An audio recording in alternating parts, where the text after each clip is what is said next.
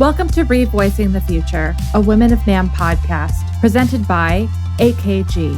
Just as one revoices a chord, revoicing the future creates a completely new perspective on the invaluable notes that make up the whole. It will uplift women's voices in the music products industry, which have earned their time to be the root of the chord. Once a month, you can catch productive and valuable conversations with women working in manufacturing, retail, the nonprofit sector, music education, touring, and overall women who inspire us. Together, we can help shape the future of our industry, one interval at a time. This podcast is co-produced and edited by Natalie Morrison, Stephanie Lamond, and Julia Olsen. What's up, everyone? Welcome to Revoicing the Future. I'm your host, Natalie Morrison. And I'm Steph Lamond. Yeah! Changing it up. Just diving on in here, saying my presence. Hey, Steph. Hey, Nat. Happy Women's History Month. Woo, woo, woo. And belated International Women's Day. Yep. Happy. Are you celebrating in any particular way? There are a lot of events going on. Yeah, we've got... See you pop up. We just went to an event the week before with the Women's International Music Network and Milk. That was really fun. We've got some cool content planning happening for Women of NAMM. So everyone should follow us on social media because it's going to be awesome. We will be celebrating all things women's history. And actually on that, at Backline, our community manager, I think is her title among all the amazing things she does. But Tara did an Instagram live with Sammy Ray, the artist. And it was I love Sammy Ray. Rad. Oh my God. And she said this idea that I think is so beautifully tied in with Women's History Month, that one, music is such a family, but specifically touring musicians too, as just such a lineage, right? So she thinks of this concept of like a bunch of other things. When she needs her mom, she'll call her mom, but sometimes she just needs her Auntie Janice. And she'll just go put on her albums and like be in that presence. And sometimes though, like her Uncle Bob Dylan, all these things, but just seeing ourselves in this web. And so thinking of Women's History Month in that way, maybe that's a thing we can be thinking of, noticing who are all of the aunties that we are in the lineage of in music, and kind of taking some time to sit with them this month and channel some Sammy Ray beauty. I know you're about to cry. I love that. It's making me really happy to think about that. Who comes to mind for you immediately that you'd want to sit and be in the presence of this month? Artist-wise, I think Carole King or Stevie Nicks. A great idea. We have so many non-artist aunties that we talk about all the time on here as well. We're very lucky. Yeah. But yeah, I like that. Who would you sit with? Carole and Auntie Stevie. Honestly, the first person that came to mind for me was not a woman. It was Kurt Cobain, who has just stared at me from my walls, like haunting my whole life. And I think is probably why I'm doing this work now a little bit, because I love him and his music and that whole tragic thing. But so, right, the lineage of the people that came before us in that way. But I think if I were to pick a woman in music that I feel quite in the lineage of, it's funny because I want to say like Brandy, right? And there's a little bit of the imposter syndrome of like, how dare I put myself in the idea of being in the lineage of Brandy Carlisle? But there's a little bit of that to just own it, right? Like we're in music, we get to claim these things that we feel descendants of. So I love that. There's just so much, but there's good journal prompt, right? How do we be aware of these things and feel so connected to this web, especially in something like Women's History Month? It's fun.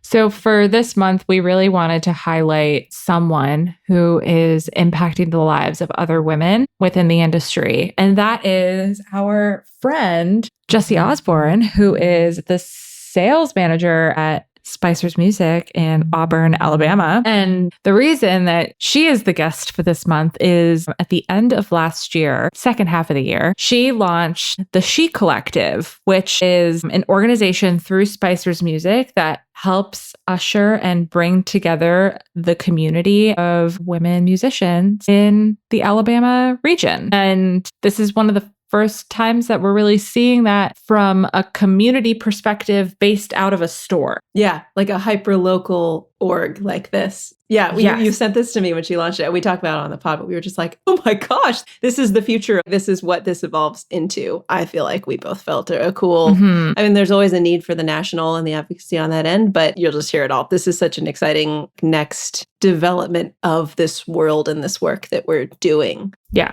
so we hope you enjoy it. And we thoroughly enjoyed it. And just enjoy spending time with Jessie like we did. I feel like her spirit's going to come right on through. So, yeah. Hopefully this is a smile-filled hour of your life. Yes. And don't forget to follow along on all the social media platforms for Women of NAMM. Subscribe, comment, like, and keep an eye out for any upcoming deep dives that will be happening over the course of the next couple months. And with that, sit back, relax. Happy Women's History Month. See you next time. Adios. Woo.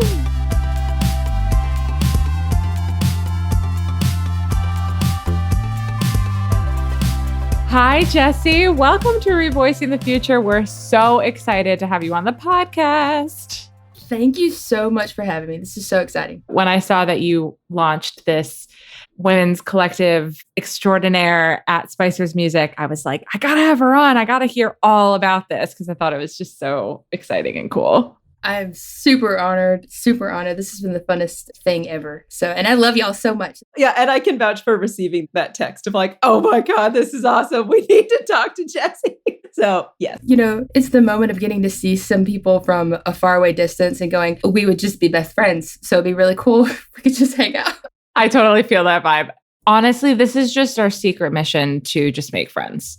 I'm going to join that mission. I think that's just like a known fact. I know. It's very true, though. It's a growing group and we're all friends. Yeah. See, sure. I love it. Which is the best. So, Jessie, we start off all of our episodes really wanting to have you tell us your journey into music. So how did you get started in the music space and how did you get to where you are now? My story is no one in my family really did music. There may have been a singer or two, but nobody played an instrument. Nobody was in a band. Nobody did band in school. There's just none of that. And from a very early age, I was pretty apparent that I liked music. It was something that as many opportunities that arose, anything that happened in school, if we were a part of a church and they were doing a program, I was wanting to do that. I was never much of an actor. That's not part of my story. I never did well in plays, but if it was singing, I was doing that. And I went to a small town. Our school system was really small. And so we didn't start band until the 7th grade. And that was the first time I've ever been exposed to band. I know. I wish that's late. It had been way before, at least like 5th grade or something. But 7th grade, and we'd go around and like try out instruments. And I was wanting to do something really cute like clarinet or flute. And they said that my embouchure would be really great for trombone or baritone. So, okay, that's not very cute, but whatever. And then my stepdad's stepdad had a trombone. And so guess what I played? I played trombone. There you go. So I had this gifted to me because my parents were not going to be purchasing one, you know. So I started playing trombone, which went on to kind of just be the coolest thing I ever did. I think they're loud and obnoxious in a good way. And so that kind of helped me develop, I think. So I kept that until I graduated high school. But in the 9th grade is when we started choir. So I started doing choir at that point. So I was choir and I was band. As many choir and band classes as they let me take, I would take. I had a rough kind of just developing time and mentally just a lot of family issues. Music was absolutely one of those things that kind of kept me going. Sometimes it was used against me because of just different parenting techniques. It would be, okay, well, I'm going to take you out of this if you don't do, XYZ. But I had incredible music educators who absolutely outside of anything that they would need to do as a teacher, as far as their responsibility, would step in and try to have conversations with my parents and say, hey, I'm not telling you what to do, maybe do something else, maybe keep her in this.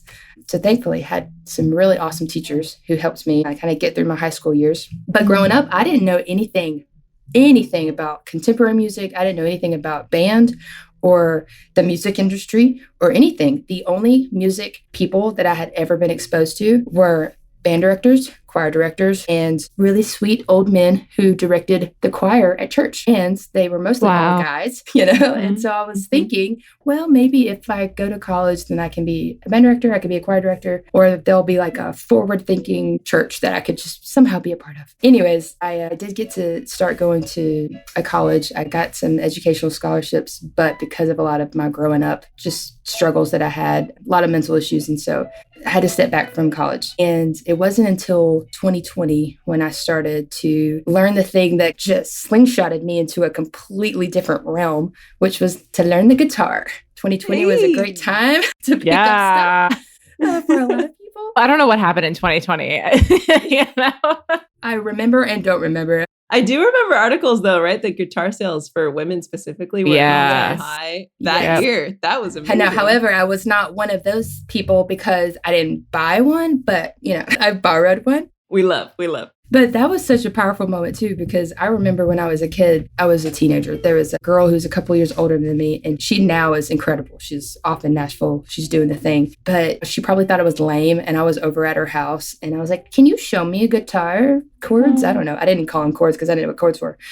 And she said, oh, you'll never play guitar. Your hands don't do right. And she didn't mean it, I'm sure. What does that even mean? Nobody's hands do right. First of all, it feels like someone told her that and then she was telling you that. Right? Yeah. It's one of those things that's like a baby, like that's a you thing.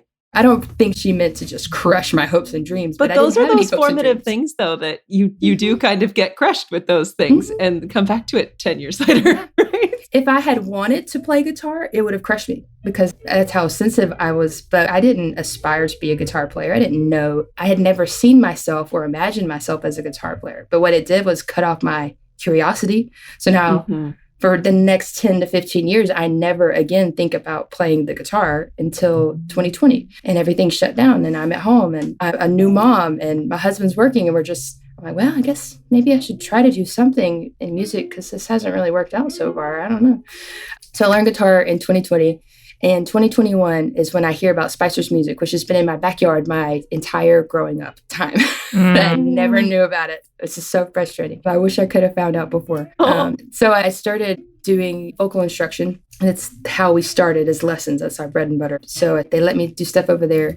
And within a year, I started getting really distracted during my lessons because I got really, really interested in the sales side. It's a combo store. So there's 1,000,001 things out there. And even though I played guitar, you could ask me what wood was on my guitar and I would be like, I don't know. Yeah. I didn't know what the tuners were or the bridge were or the nut was. I didn't know how to change my string. I didn't even know you had to change strings on a guitar. I didn't know anything. But I was very, very interested. I've always been a pretty curious person. And so I emailed Tim and Jonathan and I said, hey, basically, short story, you know that I don't know anything and I don't know anything, but could I do like a free internship where I'll come learn during the day, I'll teach in the evenings, and you can like maybe clean stuff. I don't know, take trash out, just make me do something, but let me ask questions. Can I please just learn and do that? They did turn me down. They would not let me be a free intern, but they did hire me part-time, which is great. I love that. You're like, no. So that's the best.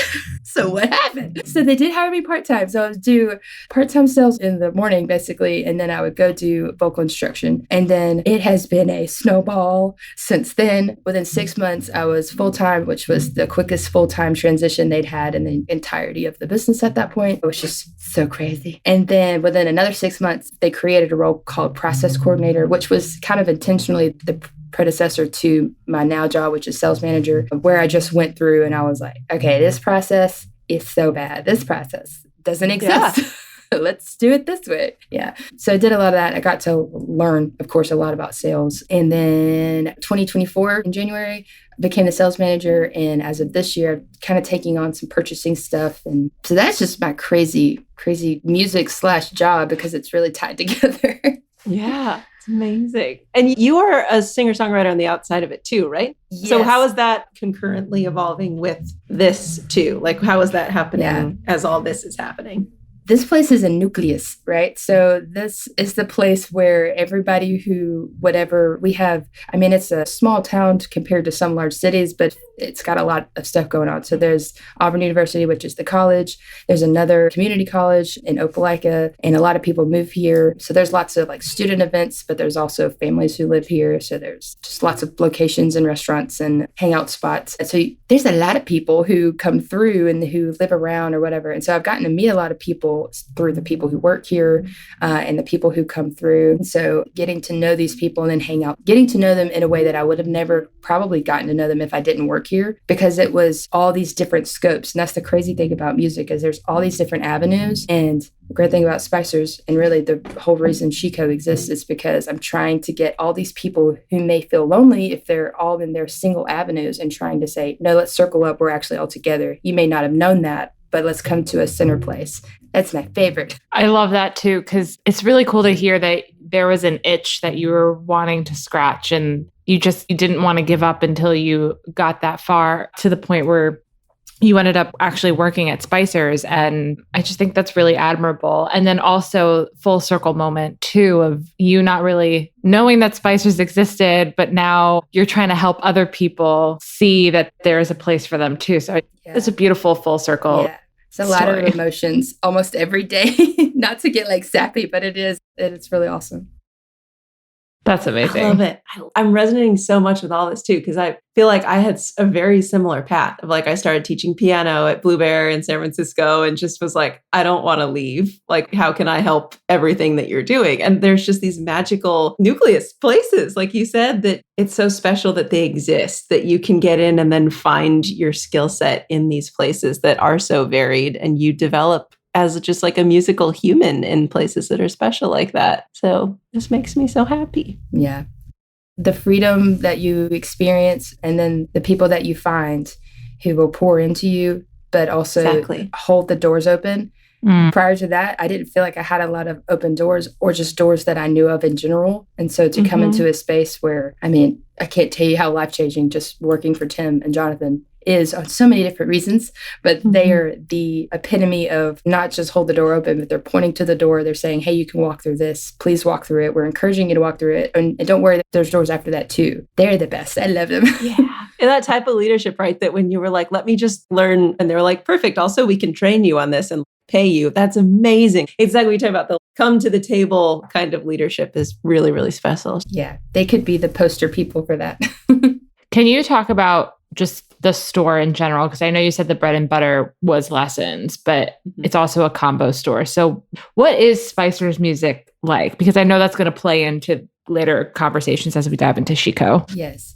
So the Spicer family, Tom and Jean, and then their two sons, Tim and Corey, they started Spicer's music. It's really out of their garage. They started garage band camps. So they saw a very big need, and they were already doing all kinds of stuff in the community that, you know, all these things I'll never know about because I just wasn't around. Yeah. But you hear all the stories. I mean, they were teaching in schools, and so they had a whole lot of connection already with the musical community. So they were starting there, and then the store started as lessons. And I think there was, you know, maybe minuscule amounts of inventory, maybe like some strings, but it was one kind of section of the store. So when you walk into the front door now, there's this main kind of section, and that was it. Now it opens up to the left, and it's all of the retail. But the lessons program is the lifeblood. That's how we started. That's what we do. It's how we encourage the music makers. So yes, come buy an instrument, but did we tell you about lessons? Because that's what we really want you to do. That's where you're going to have the most involvement and the most life change. So the lessons is what we do. We do rock clubs. We have rock clubs throughout the year, which are just like the group bands. And then those are kid and adults. So those are always rad. And then during the summer, there's what we call rock camps. Those are just by age all the way up to adults. You come together depending on the age group. You learn a certain amount of songs. You'll come with your instrument. As you get older, you'll come with your instrument. Some of them get to write a song together, which is crazy. Cool. If I was a kid getting to write my first song, I was an adult well into my adulthood. The adults also get to do their music, and then they put on a gig, and the kids do too, different locations, but they put on their actual gig at the end of the week. So those are just the funnest things ever. So we do that. And then, of course, there's the retail side. We have acoustic guitar, we have electric, we have amps, drums, keyboards, PA. We have some reeds. There's a wall. There's a wall of reeds. There is a wall. It gets respect when I dust it. But and then, of course, all the accessories. I mean, goodness, strings and capos and all the different types of stuff. Acoustic guitar is kind of our number one, and then electric guitar is right behind it. And so we sell them every day, which is so much fun. It's just that moment of a kid or an adult, a person picking up a guitar for the first time and like saying, yes, that's mine. It's just the coolest experience. I got to experience that with a friend of mine. She came in with her dad. She's an adult, but she came in with her dad, and she had been playing guitar, but it was like, you know, like we all start on these terrible guitars. Really builds up your muscles. The action's like 2 inches off the fretboard. Yeah. So she comes in and she's like, okay, well, I think I'd like to buy a guitar. And they do the thing where they start in this kind of price range. And then, of course, dad is like, yeah, well, let's go into the acoustic room. And then she gets to pick out this incredible guitar for her first guitar and her getting to walk away with it. And then she's texting me because she got my number and she's like, I just auditioned for whatever, waiting to hear back. And you're just blows your mind all the time. Makes me want to cry. I love those. And be able to be part of that is so special. That's so rad. I love that. Yay. And so, yes, with all the student population, just people living there, like, is there just like a thriving gigging scene at all of these places where you said there's a lot of places that are kind of community center places to hang, restaurants and all that? Is that kind of what the music scene looks like there? Are there a lot of independent artists that are coming through and or coming out of Auburn? Like, what's the ecosystem that you are serving and part of there? Yeah, it's definitely come in seasons. I'm 29 soon, so I haven't been around forever. When I've gotten to talk to a lot of artists who are here or employees who work here who are also artists, they record their music, they also gig out. It's had its ebbs and flows. So there's been years when there were some really great locations and that was just the places to go. And then it's kind of waned. There's less locations. Maybe different venues just can't afford to pay different artists, all kinds of stuff. So sometimes opportunity is ebbing and flowing. But the coolest thing that I'm seeing right now is there's already several locations that do open mic night. And when you go to these places, there's just so many people and they're all signing up and you just can't seem to watch everybody because you got to go to bed at some point. You have all these opportunities. With the college, there's fraternities, sororities, so there's lots of parties that go on. And so for us, we do PA rentals too, and we run sound events. And so we have that side of the business going, which is always so much fun. There are some locations around that are more concert level. And so we'll have a lot of those going around. Right now, the biggest thing that I'm seeing a need for is the locations to do the music, which is way kind of sometimes bigger than what, maybe one music store could take on, especially when it comes to just artists and trying to give them the opportunities to make a livelihood. But between that kind of needs some more growth. And then just your people who want to play and jam and do open mic nights. It's like they're so hungry. I mean, these jam nights are popping up even in people's houses around and we're hearing about.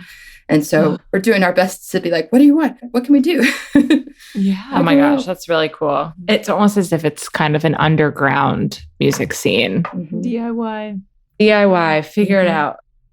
I love it. Well, and that also, though, that y'all are still super plugged into it, too. It's cool, as we talked about, the store being a hub of the music community, right? Like, you are out at those open mic nights. You're renting the PAs to the parties. You're like, how do we intersect with these jam nights? Like, is that just because you all are also part of the community? And it's just like you showing up in these spaces is also Jessie from Spicer showing up in these spaces. How does that look in terms of how you all are intentionally like plugging in and intersecting with the community itself? Like, is that intentional or just kind of like authentic?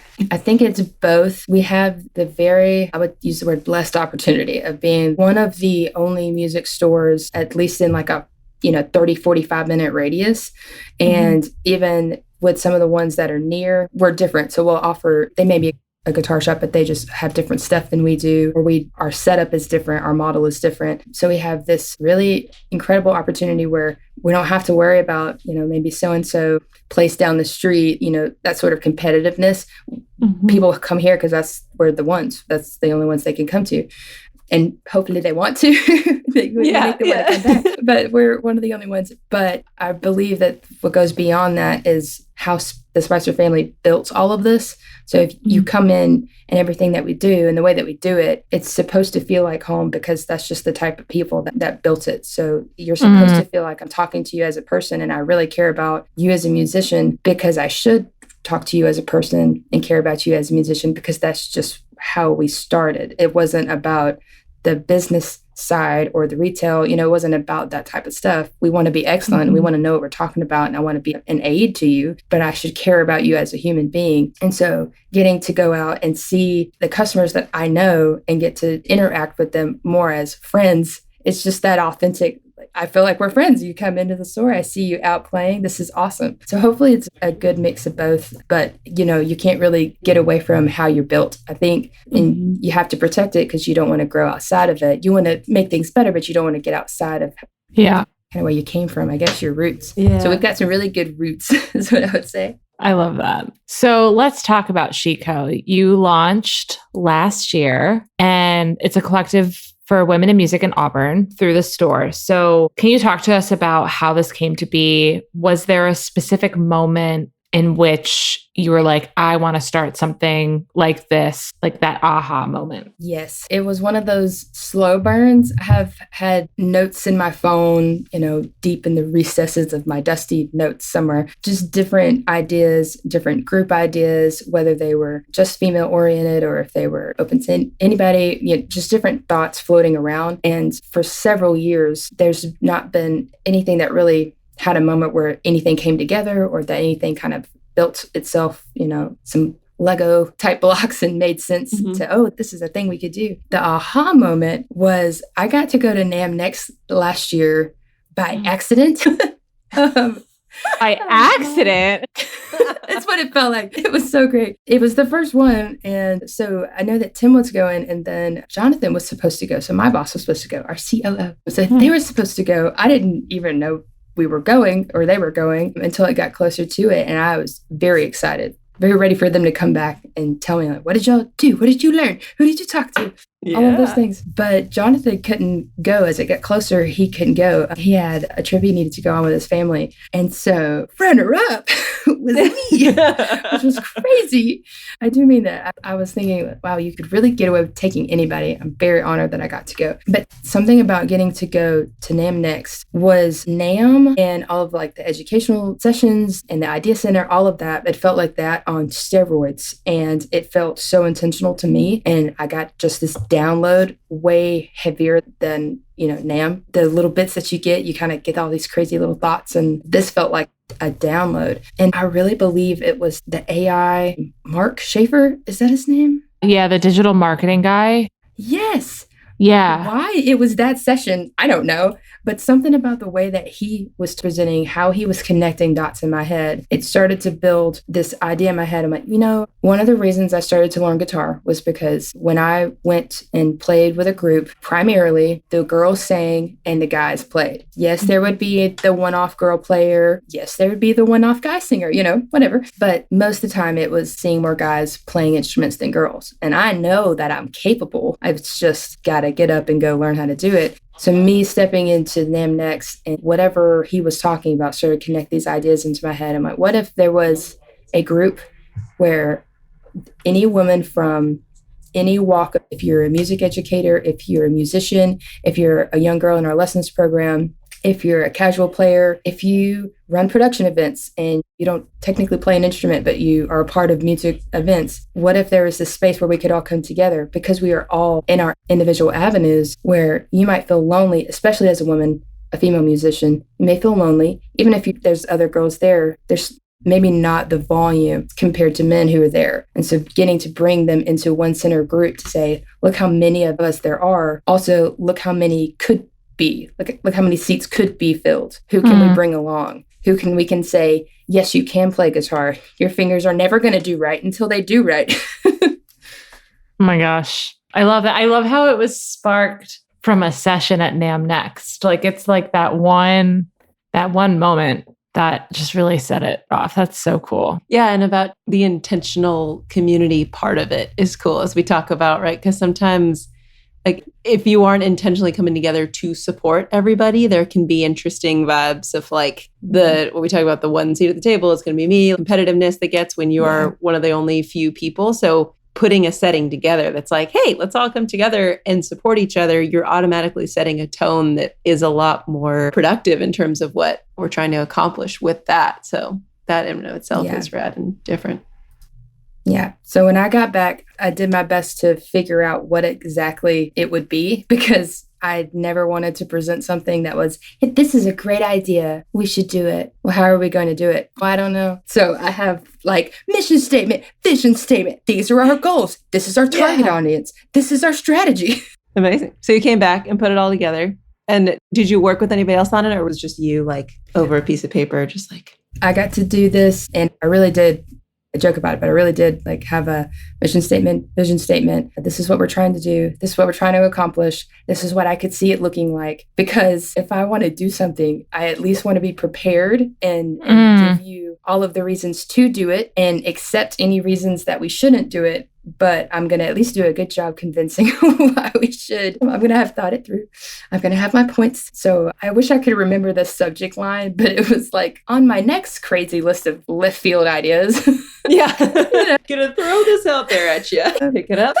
You should screenshot that email. I did that when I texted Steph about the idea of this podcast, and I still have it to this day because I was like, this is the idea. See, I love that. I'm going to screenshot it and send it to you. Yeah. I need to show you the email where I was like, can I work for free? No. Yeah. Yes, you need that one too. I know. Yeah. So you came up with this idea. What has the journey been like to then the ideation to like setting up the first event, getting that together? Now it's like thing. Yes. There are events, there are groups that meet up, there are formal, informal. This is like an ecosystem you created. So like from there to here, what's been the journey like of fleshing it out, Yes. I guess? It went way faster and sooner than I thought. That's what I'll say. You had an audience that wanted it. That's perfect. Yes.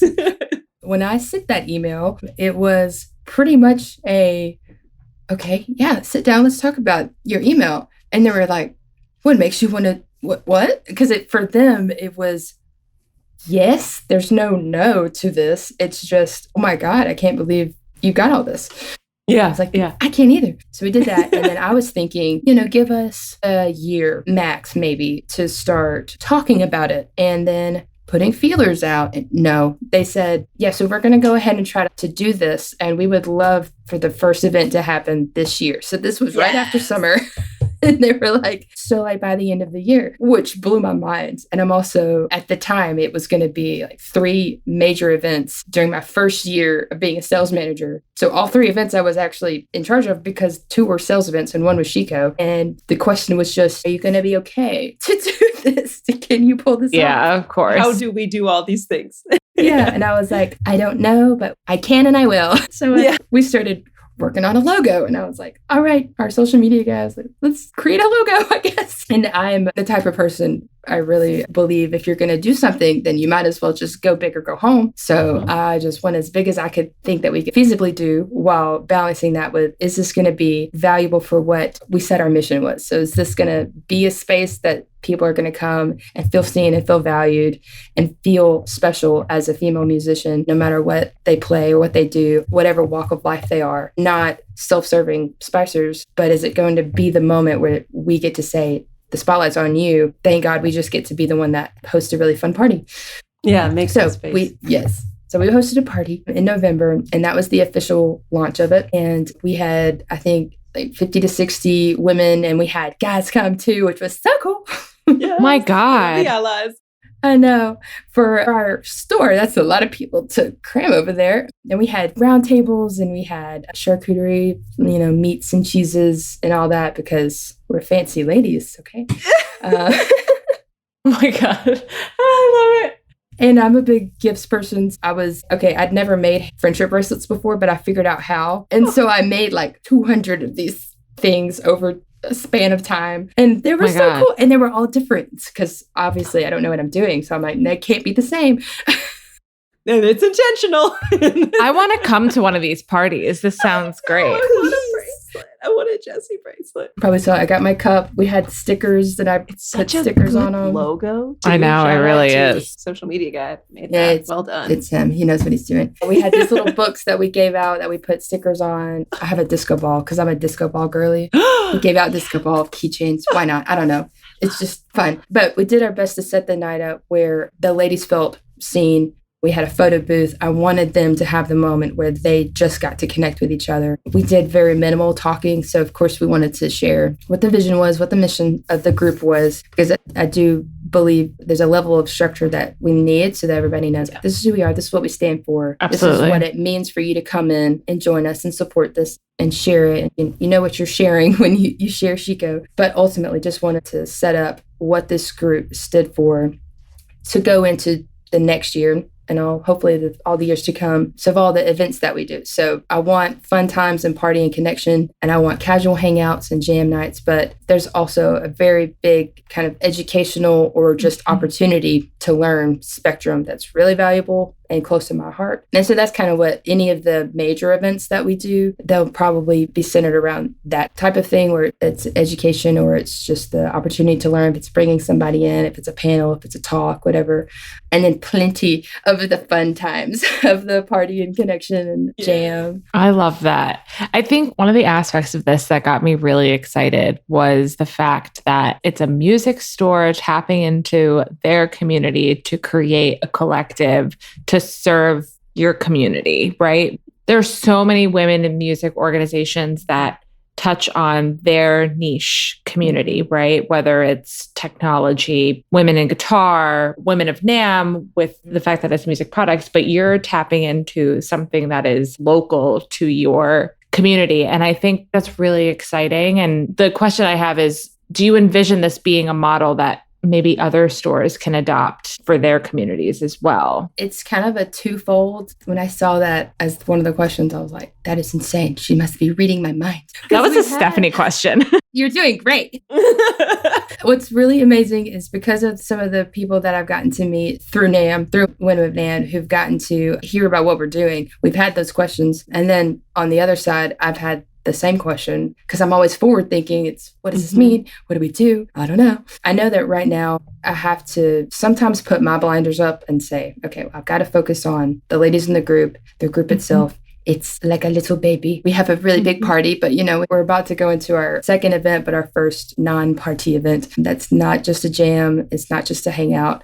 It's actually an educational event. I'm really excited about it. But this is one of our first ones. So I'm still trying to make sure I'm shaping things for the women in the group, keeping to the mission and changing things as we need to. If something doesn't work, well, then we probably shouldn't do that again. We should change it. But also knowing that I feel like, as intentional as this was geared towards our community and our needs, I don't feel like the need for community and the need to be seen is anything that's unique to Auburn or Opelika or Alabama. We know that people want community, that we're all so hungry for it, and we're all hungry to be seen. And so knowing that if you can come up with something that has some structure to it that makes sense for you and makes sense for whatever you're doing, and have a mission, have a vision, and stay within that and go for it, as long as you're looking at the people, as long as you're looking at the need, it's just going to be way more powerful than anything that you're just trying to push along. You won't have to push it. So I think if I take my blinders off, I think about it. Right now, I'm trying to put my blinders on and focus on the ladies and the women in the group, and just making sure every event that we do and everything that we have and every gathering is really valuable. But I'm always a forward thinker, so they come off a lot of times. I love that. Makes me so happy. That was it. We were like, this is the first. So many have been just so big and so national. And I feel like your idea for SheCo felt like the glimpse of what this becomes long term, the way that there is tangible community. Once we are like, we proved the need. Now we just need to keep doing the things that need to be done. So the way you do that is hyper local, like the way you guys run your store. It reminds me so much of the whole thing of like Spicers as an entity is such a good model for the way that you got this from NAMM Next, like that balance of the national involvement in the wider industry balanced with firm roots in your hyper local community is the way that we have a healthier ecosystem for women music, but also just music in general, because our whole industry needs help, right? Yeah. It strikes me that you are doing something very right over there with a lot of these different ventures all put together. But like, does that feel resonant, right? Because I feel like for me, that's what's so exciting is that balance of tapped into the high level, tapped into the hyper local, and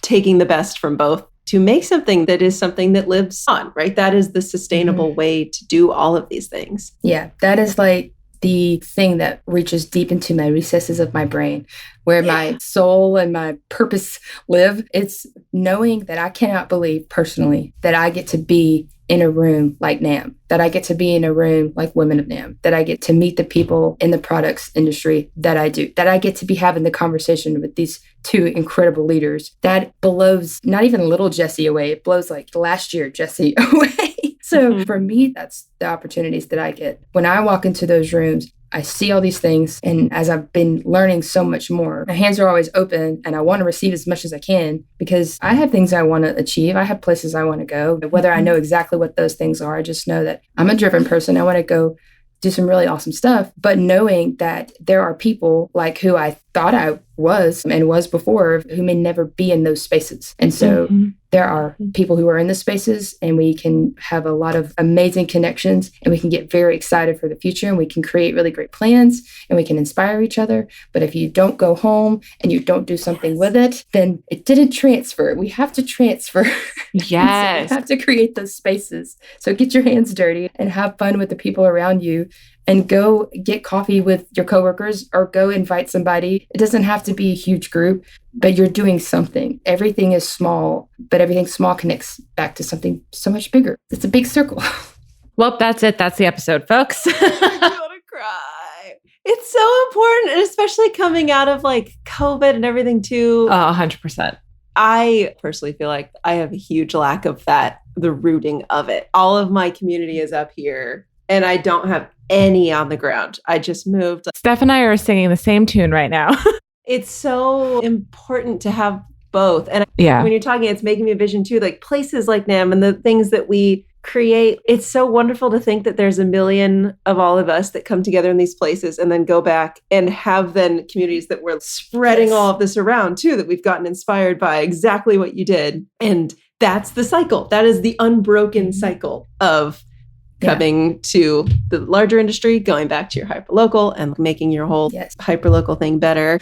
I love it so much. This is so exciting. And you got to know your family. You got to know your community. Yeah. Yep. If I was coming up before, I wouldn't have said, I'm in the music industry. If I'm just playing, or, if I'm a teacher, I may not connect with it. You got to figure out the language that works. And so we say, things like women in music.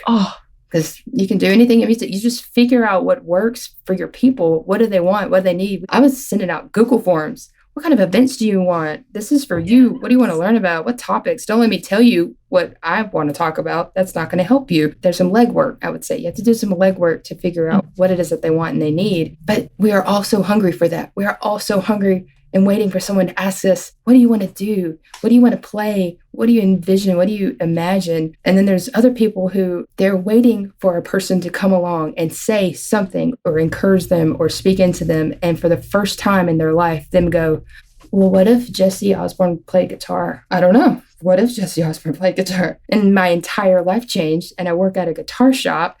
And when I get to know all the people that I get to know, and there's this group called SheCollective that I would have never gotten to be a part of if I never asked the question, what if I played guitar? The what if. It's such a theme that I hear in your stories, that you have this drive for the thing. You get to the thing. And yet there's a beautiful theme, though, of someone then like pulling you over the threshold a little bit more than you knew to take yourself.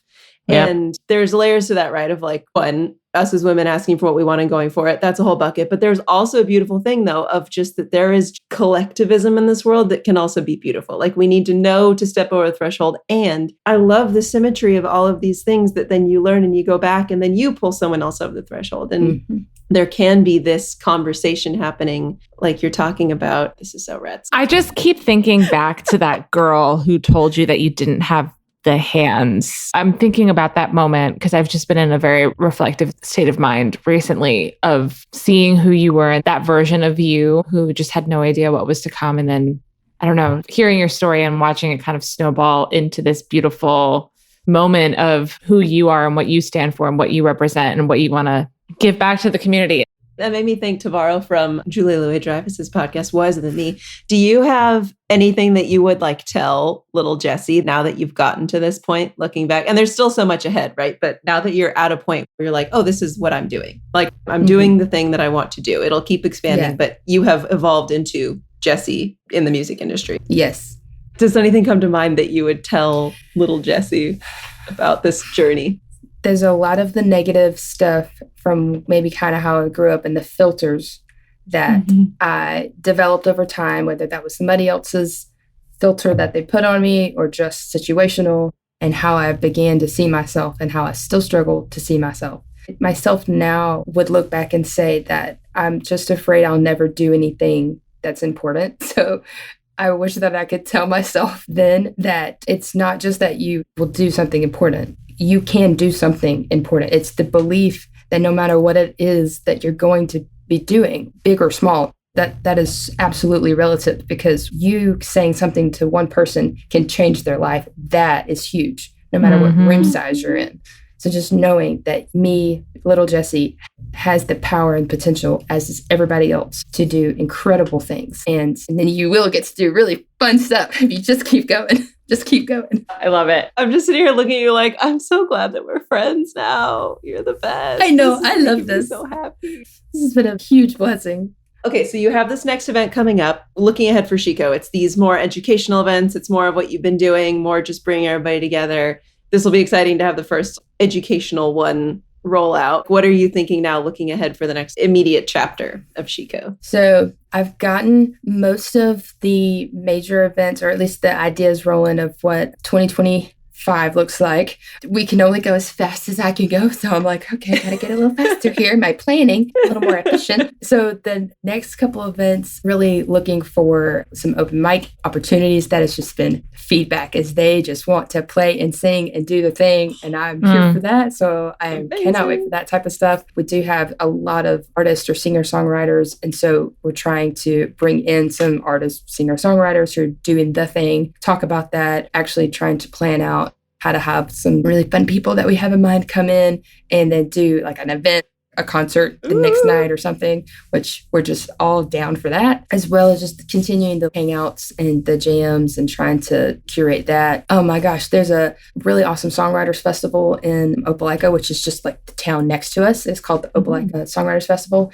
They've asked me to come do a SheCo panel. So it'll be me and a bunch of just other female artists. And we're basically just going to talk and ask questions. Yes. And do the thing. So exciting.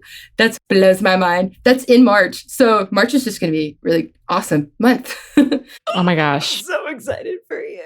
See the impact. It's the impact, just this idea in your community. You start showing up in the world as this, and then things go, oh, yeah, this makes me happy. The craziest thing that I have ever gotten to do is get to sit back and see all of these women from all of these different scopes come together and just be like, yes, okay, great. What do you want to do? Let's go do it.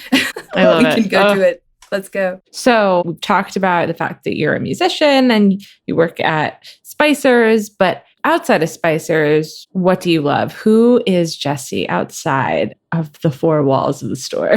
That's a great question. I do love my job. I mean, you intertwine music, which is like who I am, with my job. But I'm a wife. I have a husband. We're having our 11th year celebration soon, which is so cool. Congrats. Oh, congrats. We've been married 11 years coming up. And then I have an 8.5-year-old. Do you know how close 8.5 is to 9 and then 9 is to 10? Anyway, we won't talk about that. So I'm a mom. And besides that, trying to do some songwriting, trying to do some singing when I can. So much of what I do really is poured into my job, but it's just music. So yes, music's my job, but I spend a lot of time thinking about a lot of stuff to do with Spicers and my team and SheCo, and all kind of one big world.